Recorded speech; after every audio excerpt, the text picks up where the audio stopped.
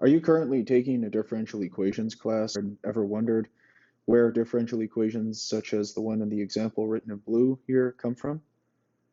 Well, you're probably familiar if you've taken a differential equations class, you're most likely familiar with the entire solution process of one of these equations, but you're not really ever sure what it means. Have you also ever seen one of these systems before, a mass spring damper? Well, that's one indication to where differential equations come from. And in this video today, I will go over exactly where differential equations come from, what they mean, and how they can be used in real-life situations. A traditional mass spring damper system, such as the one shown at the beginning of the video, is where you have a spring and a damper attached to a rigid surface such as a wall, and then a mass is attached to the spring and the damper at the end. And it's left to freely oscillate on its own due to gravity or due to perhaps air effects or wind, or it can undergo a forced oscillation where an external force is applied to the mass. So in the animation at the beginning of the video, there was no damper attached to the mass, but the only damping, which is a reduction of velocity or resistance towards velocity, would result from air, or if the mass was submersed in a fluid, the damping from the fluid, from the motion through the fluid, would slow down the mass's velocity and slow its oscillatory motion until it decays to zero. Generally, with mass spring damper systems, they are meant to start oscillating at a starting value and then decay down to zero to where they are no longer moving. In this case, for this video, the example that I want to show is this problem from my controls class. And the reason I'm showing this problem is because it starts off simply and also has a more advanced case within it as well. And I can use this to go ahead and derive later what we'll call a transfer function, which can be used for frequency response. And I can show some cool real-life examples later on with that. But for now, we're just going to go over this problem and then figure out how to derive the differential equation that describes this problem, and also come back to our original point of where do differential equations come from. For this problem, it is very similar to the traditional mass spring damper problem because you have the mass, which is the table. This table is an electromechanical shaker, which is used to provide controlled vibrational testing of objects that are on the table. And attached to the table, you have a spring, represented by spring constant Ks, and then a damper, which will slow down the velocity of the table or resist velocity of the table with its own damping constant Bs. And this mass spring damper system is attached to a permanent magnet. Now, between the north and south poles of this magnet, you have coils, and the coil will receive an induced electrical current from the magnets, and the current will travel through the coil and into the mass spring damper system to excite the mass and any objects that are on top of the mass on the table, which are used for vibrational testing. So for this system, instead of having an external force, such as a hand pushing against the mass or wind blowing on the mass, or the mass being suspended in the air and then released and left to freely oscillate, those are all considered input sources to the mass spring damper system. In this case, the input source to this system will be first current in the simple case, and then voltage in the more complex case. So we'll start with the simple case first, where the input into the system will be electrical current induced from the magnet. So to begin this analysis, we use something called a bond graph, which is something that's taught in the beginning of controls classes for dynamic systems, because that is what allows you to analyze the behavior of a dynamic system, as well as to derive what is called state equations of the system.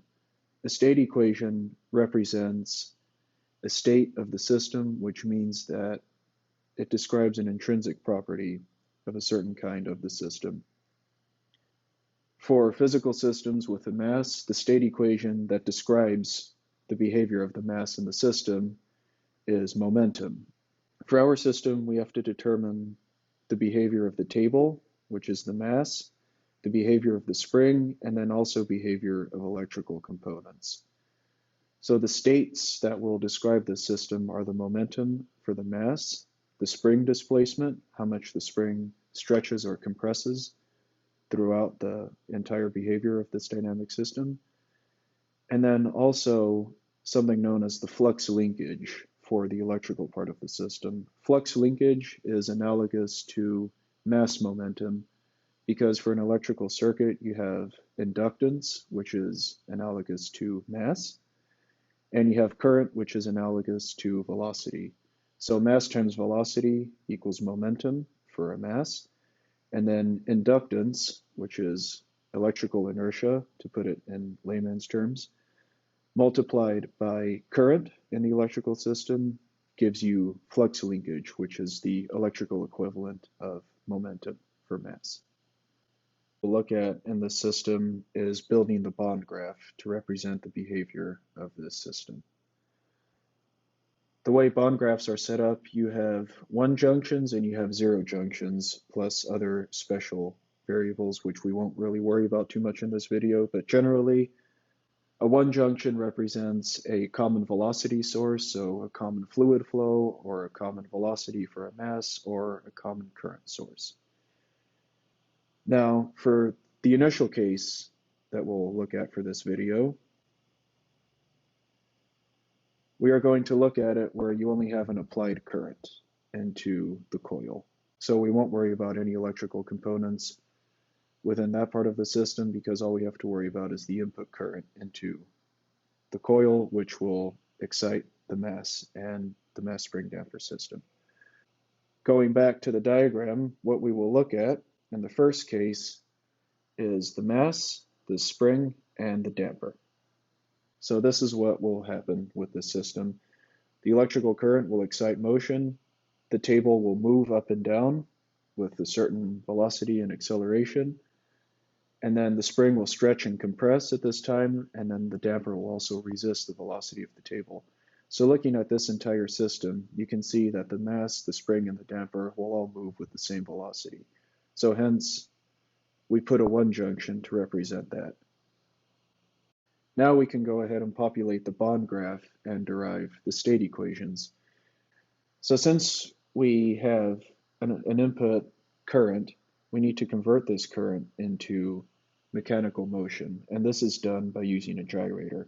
A gyrator converts a flow source into an effort, and then an effort source into a flow source, and vice versa. So in this case, what we need to worry about is since we have an input current, we will put this through a gyrator to get output force. And this force is the electromotive force which will be exerted onto the table and also the spring and damper. So this force is distributed through the spring, the damper, and the mass. So if we go back to our diagram, if we were to apply a force right here, the force will be distributed through the damper, the spring, and the mass. So around the 1 junction, as we described earlier, we have one common velocity, which is the velocity of the table. This velocity is the same as the velocity of the spring and the velocity of the damper. The damper is represented by this resistance component, and then the spring is represented by this capacitance component. And additionally, we also have to represent the momentum of the mass. But since a 1 junction with a common velocity and different forces on the components is a sum of forces, that means that the momentum component needs to be a time derivative because momentum is mass times velocity. Force is mass times acceleration. Now you've got the sum of the forces around the 1 junction. You've got the incoming electromotive force, which is derived from the current, resulting in the momentum of the mass, the spring displacement, and also the damper force. So once you sum all of those up, you start to derive differential equations. So once we've drawn the bond graph and written out our force balance, this is what the force balance looks like. So you've got the electromotive force incoming, as we said previously, minus the force on the spring minus the force on the damper. And this is what it looks like when you simplify out using algebra and substitutions based on what was given in the problem. So that's for what the momentum equals. Next, we've also got what the rate of change of the position of the spring equals, which is xs dot equals velocity equals 1 over momentum times p dot. So now this is two first-order differential equations. Now, how do we put this into something that looks a little bit more familiar? Well, you can say that x double dot s equals 1 over mt times p dot, because you just take the second derivative of x, which means you take the first derivative of n, or of p. And then, now that you've got p dot here equals m times xs double dot, you can substitute that into the original p dot equation up here. So now you can say x double dot plus b over m times x dot plus k over m times x equals the gyrator constant over the mass times the input current. And this is your differential equation. So this says that for a given input, in our case input current, the result is a differential equation that describes the position of the mass, the velocity of the mass, and the acceleration of the mass. So that is a basic overview of where differential equations come from. In the next video, I'll go over the third order version of this differential equation when we use voltage as the input. And then that's when we can get to all the cool stuff such as transfer functions, frequency response, and then as well as what I think is going to be a really cool application of all of this. So I hope you enjoyed this video, hope you found it helpful, and I'll see you in the next video. This is my handwork to just sum it all up in case anything got confusing. So we have our mass spring damper system excited by the coil, which receives current induced by the magnets. The electromotive force is the gyrator constant multiplied by the current, which transforms current into mechanical force.